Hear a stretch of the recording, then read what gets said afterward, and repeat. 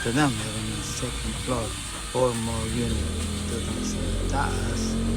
Parehas din na sa baba, pero ayan, sinisimula na maano, ayusin para kompleto na yung bagong 8 units para babat itaas.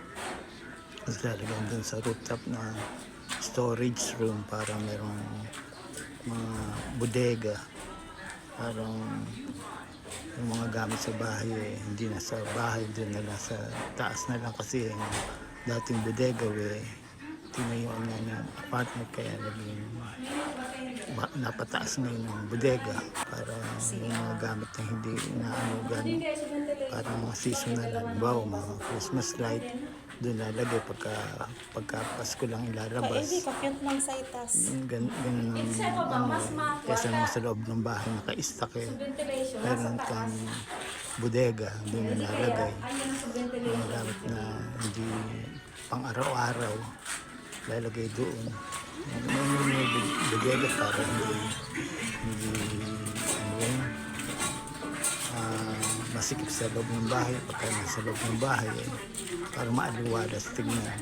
Maganda yung merong bodega at doon may ilalagay yung mga hindi gamit na hindi pang araw-araw, gaya ng yung pamasko, ganyan, o kaya yung mga kalderong malalaki, tataas mo doon.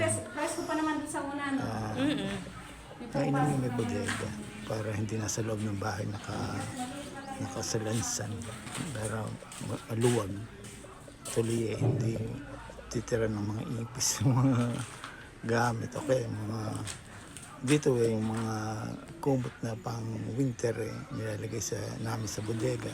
Pagka ano pa yung mga makakapal na kumot tinatago, at yung maninipis na pang summer yun ang ginagamit namin.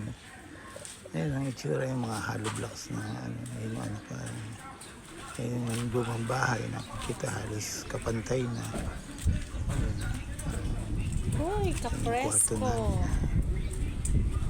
Mahangin. Kabilang bakuran. Ito yung huling Kapresko, hindi.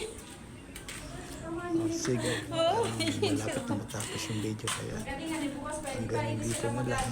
Salamat. Bye-bye. Ingat sa lahat. Meron pa konti. Ayun, konti-konti. Nararaos din. Bye-bye. Ayun mga tataas. Bye-bye. Sa tapat ng ventilation.